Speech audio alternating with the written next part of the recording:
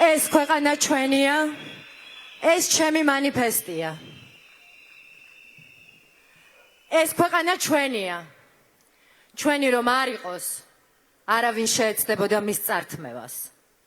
ჩვენი ხმა რომ არ ესმოდეთ, არ შეეცდებოდნენ მის ჩახშობას.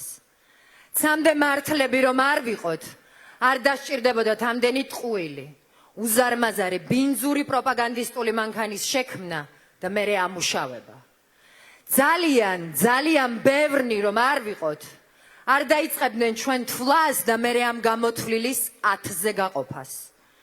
ჩვენს ერთად დგომას, უზარმაზარი ძალა რომ არ ჰქონდეს, თავისი უკვე შექმნილი ბინძური მეთოდებით არ შეეცდებოდნენ მთელი ქვეყნის დაქუცმაცებას.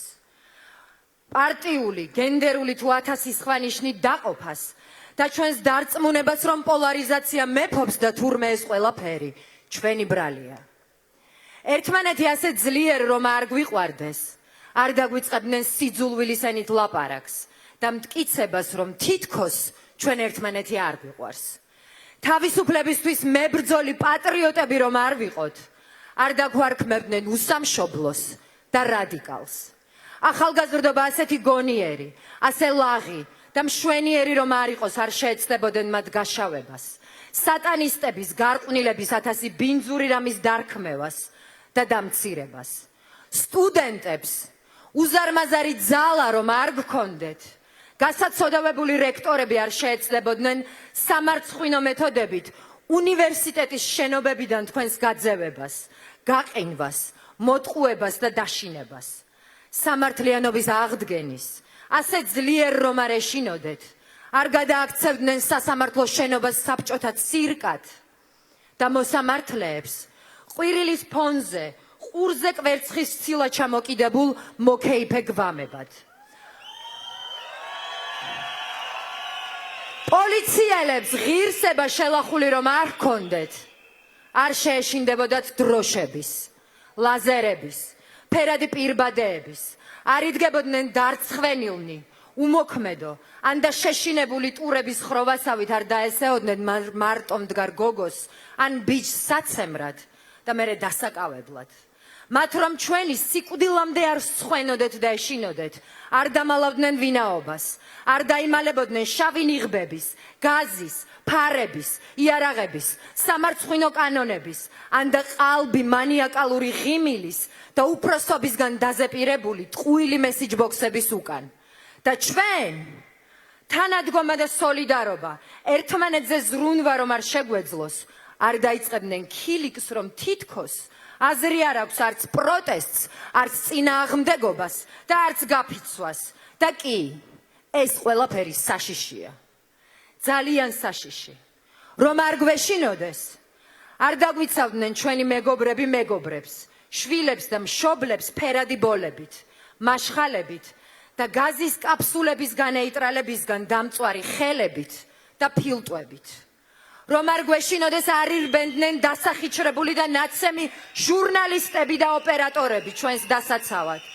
და თავის სიცოცხლის ფასად არ შეეცდებოდნენ ამ ომის გაჩუმებული სახში თბილად ჩაწოლილი ხალხისთვის ჩვენებას. და სიჩუმე.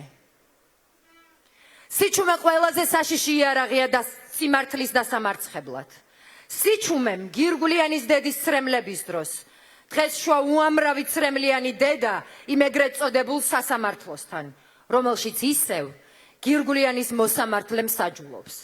სიჩუმე დღეს გადააქცევს ხვალინდელ დღეს კიდევ უფრო უსამართლო, უფრო სასტიკ და უფრო საშიშ რეჟიმად. შენი სიჩუმე გზას გაუხსნის მოძალადე რეჟიმს დაჩაგროს. სცემოს და უსამართლოდ დააკავოს შენი მეგობარი, შვილი ან მშობელი და ვეღარაფერს იზამ მერე მათ გადასარჩენად. ჩვენს მიერ აღქმული წარსული ხან ძალიან საამაყო და ხანაც არც ისე რომ არ იყოს, არ გვეცოდინებოდა დღეს სად ვართ და რა ხდება. და აწმყო ასე რთული და თან შთამაგონებელი რომ არ იყოს, არ გადავიქცეოდით თითოეული მოქალაქე სამშობლოს გადამრჩენელ რიგით ჯარისკაცებად.